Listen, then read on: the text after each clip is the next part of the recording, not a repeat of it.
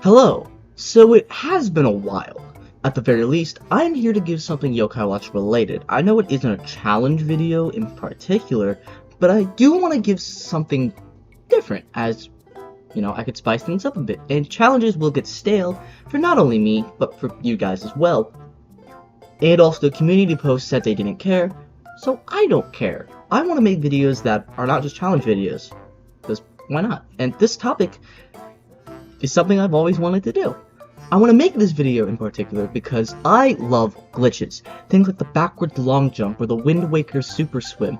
All of these glitches are super funny to me and I love them so much. Yokai Watch in particular isn't known for having many of them. However, the glitches that are popular are typically funny ones, or big ones, either or. So I want to highlight a good majority of them, and who knows, maybe some of you guys watching at home will see this and want to glitch hunt and find wacky stuff. So here are some things that I want to note before we begin. For starters, I will be covering Yokai Watches 1 through 3, including the third versions, so Side Specters and Sukiyaki in Japan, or just Yokai Watch 3 here in the US and Europe, on the 3DS in particular, as they are the ones I'm more comfortable with. So no Yokai Watch 1 for Switch, and anything past Yokai Watch 3, that's not a spin-off, or that, well, is a spin-off. I'm not covering spin-offs. Also, this isn't a definitive list of every glitch in these games. Rather, it's just a list that I could come up with to show off some fun glitches, which means it won't go super in-depth.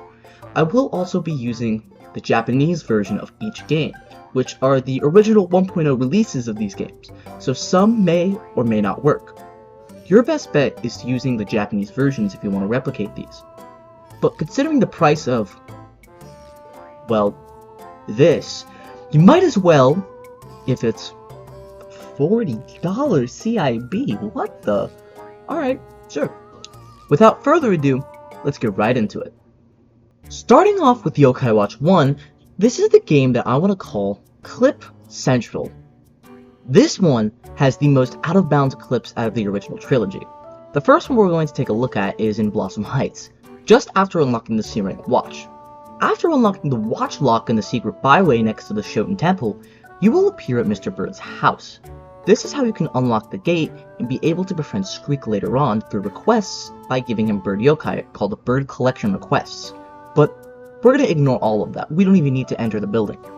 Before that, open the gate and save your game. Once you do, soft reset and load the save again to find Nate clipping either backwards or forwards through the wall. And by the wall, I mean the gate, and being completely thrown out of bounds. Like, he literally just gets yeeted out of bounds. Have you seen that one clip of the grandmother saying, "Screw this shit, yeet"? That's what he just did with his entire body. Also, soft resetting while Nate's position is saved into the gate will randomly choose to send you forwards or backwards, which is kind of funny. I did mention that before, but I want to mention that again because, I don't know, there's something interesting about it. Oh yeah, you can also open the menu as soon as you load in, so you can save here, and you can change your equipment, heal your yokai, etc. It's stupid, it's funny. Another clip is actually in the yokai world. Head down to Lyron Mountain where you can find a ladder and a strange fence. After he climbs it, Nate can run full Mach speed into the wall. He might clip into the platform below. Now, there isn't much you can actually do here, as you can't clip back in and the platform below is surrounded by the abyss. Also funny enough, if Nate gets sent, well, and out of bounds, he will get teleported to the Yokai World entrance after a little bit, which is actually kind of cool. It can save you some time if you want to quickly go back. Another clip that I've seen no one talk about is a clip that you can do in downtown Springdale that I might have accidentally discovered that I'm going to call Downtown Riverbank Clip. Basically, going to the top of the riverbank at this position, you may just clip through after a little while. You could see Nate spazzing out here. It's actually kind of funny. It's also really neat, and is really cool because I believe this is the only way, unless someone discovers a way to clip out of bounds now, but at this moment in time, it's the only way to clip out of bounds during terror time, which is genuinely really cool. So, some things to note about when you're out of bounds in terror time. I know it's not downtown Riverbank Clip directly, but you know, it's also neat information to know. When you fall out of bounds into the void in Terror Time, it just refreshes Terror Time again as if you just entered Terror Time again. Also, the Oni does chase you out there, but he can't catch you because you're falling down way too fast. But it's really funny, and you can technically make the Oni disappear until he jumps up, I guess, if you somehow find a way to moon jump your way back into downtown Springdale. There's also this. I have no words for this, let's just move on. The last clip in this game that I'm going to talk about is actually an infamous one. Head on over to the Nocturn Hospital in Shoppers Row, where the entrance, no, not that one, the other one, has a set of stairs that are just a little bit wonky. So wonky, in fact, that you can just fall through the wall. By lining up with the stairs on the right, right about here, and moving slightly into the wall there, you can maybe fall through the wall, and the grass, and fall into the abyss once again. We love doing that. There is actually a really good video made by Waganog about the Nocturn clip, which I will link in the iCard, hopefully, if I remember that, and the description below. This game should be nicknamed the fall through version, because there's so many ways to fall through. Also, there's this. No comment, we are moving on. On that point though, there are probably a lot more twitchy moments that Nate can have on random objects in the game, but I'm only gonna list the vine twitching and whatever the hell Nate's doing at the guardrail is for now. Anyways, here's sideways footage of the wheel breaking the battle system from Waganog. I don't know, it's just really funny. I could not find any other post online about the battle system breaking this in this way, and I don't even know how the hell you could even do that. So, I'm sorry I can't explain how this happens. I mean, to be fair, I'm not explaining how something happens, rather how you do it, but whatever. It's just really funny. So now is a glitch that is just kind of funny that involves the wandering yokai enemies in the overworld. Head on over to an area with a spot to check a hidden yokai such as boxes or a trash can that is on the same spot as an overworld yokai. And what do I mean by on the same spot? I mean just in that general area. I know that's not on the same spot, but whatever. I'll use the second floor in the construction site for this trick. Keep checking the spot over and over and over again, and eventually, it does take a little bit, the overworld yokai will change their position and can just go in the wall. This is a silly glitch. Here's the catwalk. Like, why is bro in there? What are you doing? What is so important that you cannot see me? Come here, bitch. Fight me like I'm... You know what? Never mind. These next few glitches are very hard to replicate. These glitches are all about McCracken. The McCracken fight at the end of the Yokai World specifically has weird bugs with his ultimate move. He starts his ultimate by summoning tentacles that you have to attack in 5 turns in order to get rid of the tentacles, and doing so, it will stun McCracken and also prevent him from fully charging his ultimate move. Now, this is a very unique ultimate move, as it's one of a few ultimates in the game that actually has a way to stop this ultimate as it's charging other than directly attacking, well, the boss, and hoping that they cancel. So, let's run through some bugs with this ultimate, as it is probably the buggiest ultimate in, or one of, if not the buggiest ultimates, in all of Yokai Watch. For starters, if you pin a tentacle, apparently on the same frame he starts his ultimate, the pin will still show during his ultimate.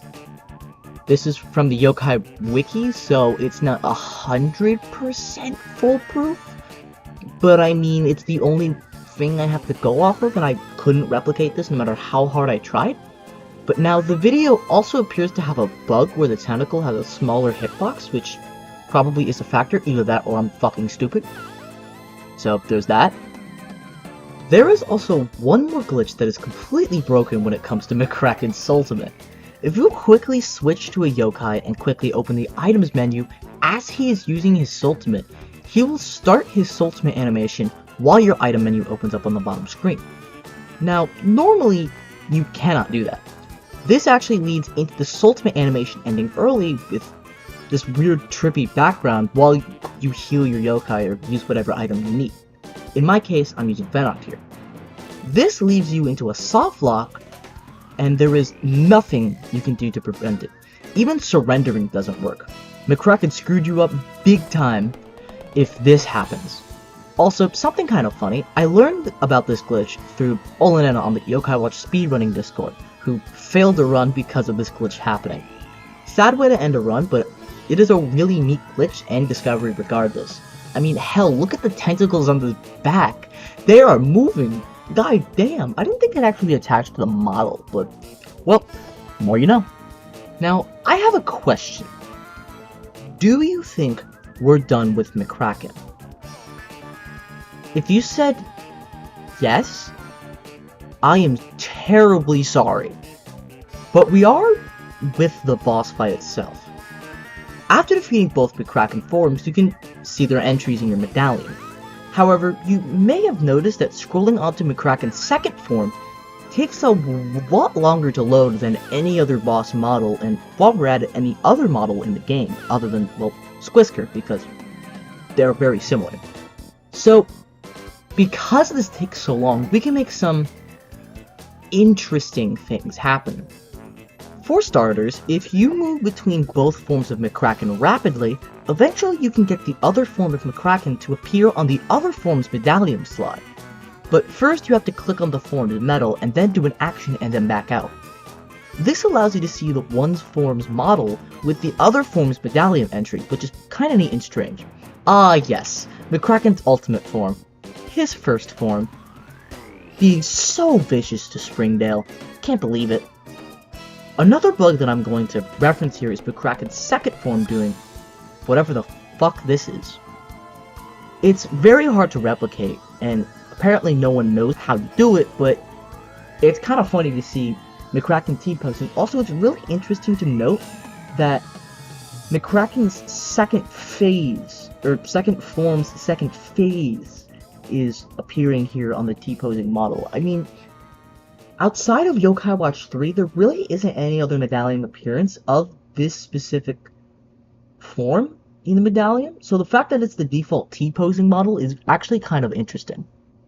In fact, that isn't the only instance of T-posing throughout the 3DS trilogy. It can happen easily in Yokai Watch 2 and 3, as shown in these videos by Games with Will and Clumpy. Damn, look at Macho-nyan. Why did bro bring the whole ring? Like, a very interesting tactic from him to defeat his enemies. These are pretty hard to replicate, but are also pretty funny when they happen, as they sometimes just randomly happen. I guess if you have too many yokai, that could be an issue, but again, I don't know. Also, could be a memory thing, but again, I do not know. Now it's time for the most popular and most game-breaking bug, probably in the entire Yokai Watch series, the Infinite Attack Exploit, or IAE for short. IAE is a glitch where, as the name suggests, you can infinitely attack. In order to do this, you need to have your desired yokai attack and start their ultimate as they attack.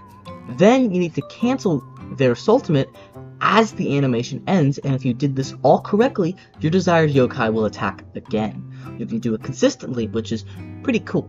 There's also a video by Mr. Do that is an entire guide on it in case you do not understand it well from what I just said.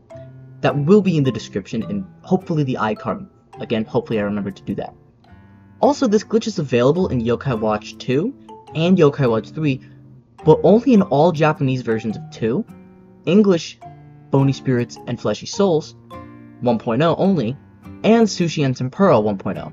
When I say all versions of Japanese versions of Yokai Watch 2, I literally mean every single version that was released in Japan. All of them have IAE available. Lastly, here is Arcanos in Eternal Hell. The back of a random-ass parked car.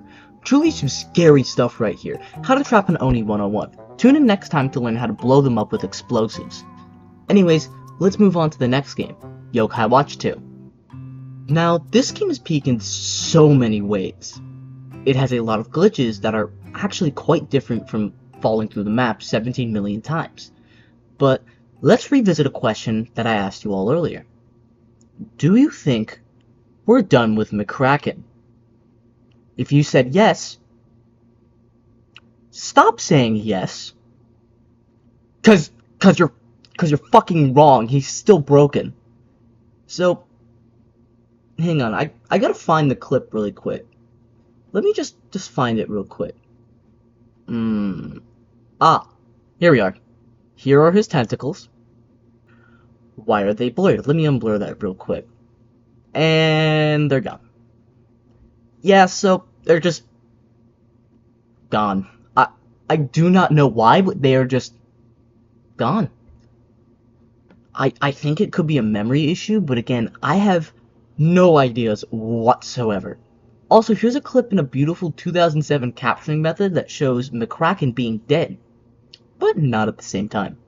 And not in the sense that he's a ghost, bro just keeps on living. This is almost as stupid as Massiface's page on the Villains Wiki. What the fuck is that? Why does this exist?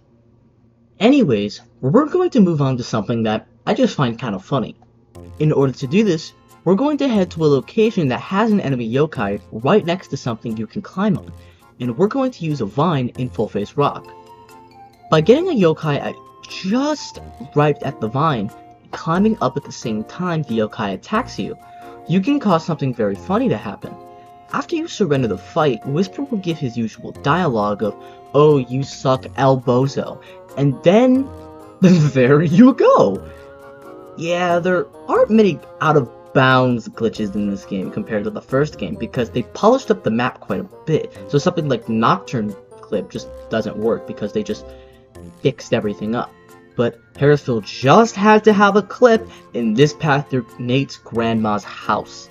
Honestly, this is actually kind of cool. It's, I think, a little more unique than the other ones because it's really quick. Like, you don't have to be there for very long. You just park your bike up to it, and boom, you just fall right through the wall. Or, well, it's not more of a wall. It could be considered a wall, but I'm going to consider it the road, as it is literally the road. Anyways, let's move on. Now it's time to talk about more of an exploit that I think is pretty cool for speedrunning. When Gutsy Bones is on the roof in Springdale Elementary, he will throw down red capsules that Nate can get trapped in and sent back down a floor. However, if you pull out your lens right as the capsule is passing over you, you're able to just phase through the capsule no problem, which is kind of funny if you think about it. Like, just scanning your surroundings with your watch lets you avoid getting captured by giant moving capsules. That's like taking a selfie when the police are chasing you. It's stupid that it actually happens. Now, something that I'm pretty sure everyone is aware of is that Yokai Watch 2 was the start of the dual releases for these games, featuring some altered content that made the kids on the playground go, "I'm better than you because my spirit is bony," and probably concerning at least 70 elementary school teachers on this planet. But something that we all know of are version exclusives. In particular, some of the new yokai that started as version exclusives that were even advertised on the box as such, Medallion and Count Zapaway, are a pair that might not be anymore after this oversight that I'm about to state. Now, Medallion is a Bony Spirits exclusive. However, you can still get him on a single save in Fleshy Souls without trading. By going to this tree, specifically in Triangle Park, you still have a chance to get Medallion and your copy of Fleshy Souls, despite it being Fleshy Souls, which, by technicality, makes Medallion not a version exclusive, which, the thought that Fleshy Souls has just one more exclusive over Bony Spirits because of an oversight is honestly really funny to me, and honestly kind of makes sense to be an oversight in this game. That's funny as hell. The next glitch is yet another important one in the realm of speedrunning this game. The Double Item Exploit, or DIE for short. No, I'm not saying it as you think I will, it is DIE. Now, I'm just gonna say to watch Wakanog's video, as he is truly the GOAT of making glitch tutorials. Hopefully on the iCard, and better goddamn be in the description below. But basically, you take a yokai that has 2 equipment slots, and you can transfer the 2 equipment slot property over to another yokai. This will let your yokai you wanted to have 2 equipment slots actually have them, which is pretty cool. Also, something that you can do is the 255 equipment glitch. By doing something like this, which is also explained in Wakanog's guide, you can see a -1 on the equip screen. Backing out will give you 255 of the chosen equipment item, which is actually cool. This next glitch is yet another out of bounds clip, and I hope you missed them because this one is wackier, much wackier than the other ones. To start, head on over to Springdale Elementary. Once you do, go up to the 3rd floor and find the janitor in a storage room who wants to play a game of hide and seek and is totally not creepy at all. Accept his request and then run up to Triangle Park and just sit on the bench for the remaining amount of time. Once the time is up, you are immediately warped out of bounds while sitting. This lasts until you feel like getting up, which will just put you into the void. But still, this is a hilarious glitch regardless, and probably one of the coolest out of bounds glitches so far. Now it's time for a depressing glitch. So if you scan the QR code for the Wonderbell and have it, as well as have the Oni Evolution update installed in Bony Spirits or Fleshy Souls, Wonderneon will just say no to you. He will not fight you. It happens. I genuinely don't know why, but if you're in 1.0 of these, well, and by these I mean Bony Spirits and Fleshy Souls, as well as Psychic Specters, you're fine. While we're at random glitches, here is Castellius II standing menacingly while the game doesn't move on from his fusion. I don't know, it's just funny. Also, randomly, if you skip a cutscene, your camera can still be zoomed in at the same position it was for the previous cutscene or dialogue. Usually this happens for me when beating Blockade in Chapter 2, if I'm just speedrunning or whatever. Considering how this doesn't happen to my knowledge at all in the first game, it's surprising to see this be broken after the first game. Like, what changed? Speaking of stuff that's broken after the first game, let's talk about the item menu. Now, the item menu is basically flawless in the first game.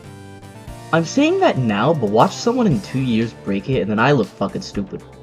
Anyways, in this game, there is more of a delay. Now, it isn't very useful for 99% of the items in this game. Notice that I said 99%. What item are you thinking that it could be? Well, the speedrunners definitely know this one. It's the Getaway Plush. Yeah, so they broke this item in Yokai Watch 2 and didn't even bother to fix it in 3.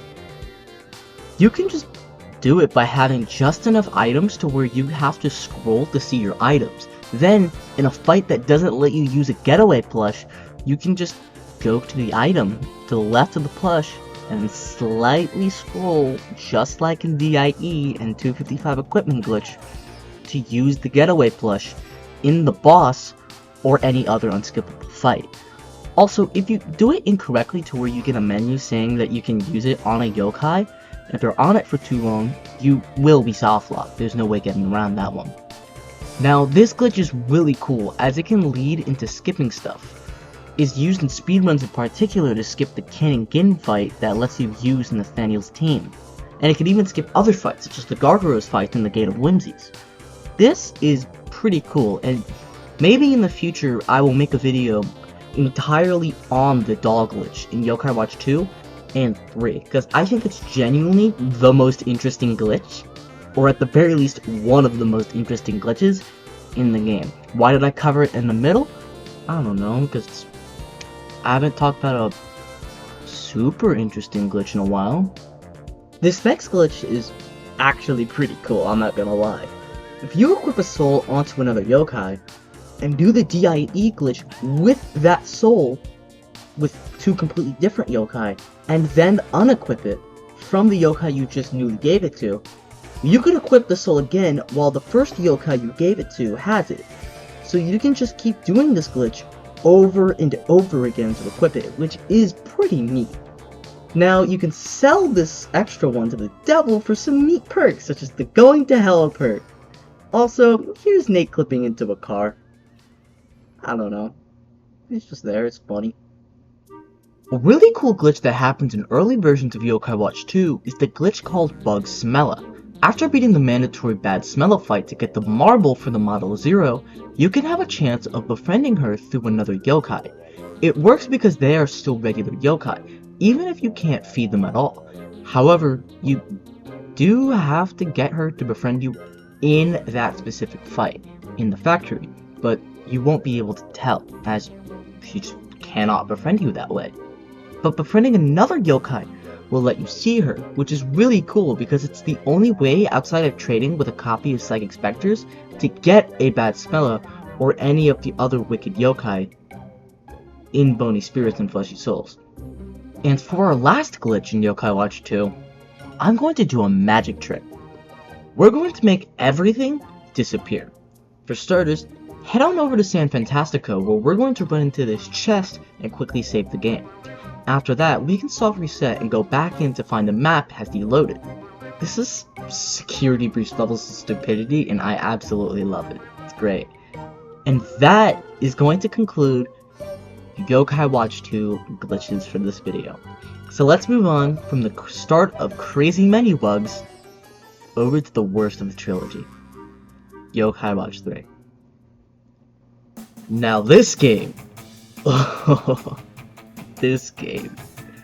this game is truly special. It is astronomically shit when it comes to how bad this thing could run. Plus, it was mistranslated all over the place just to quickly release it on the same day as Smash Ultimate. Do you see why it's priced like this? Also, before I move on, I will be mainly talking about glitches that aren't performance related. So, do you guys want something we haven't seen yet?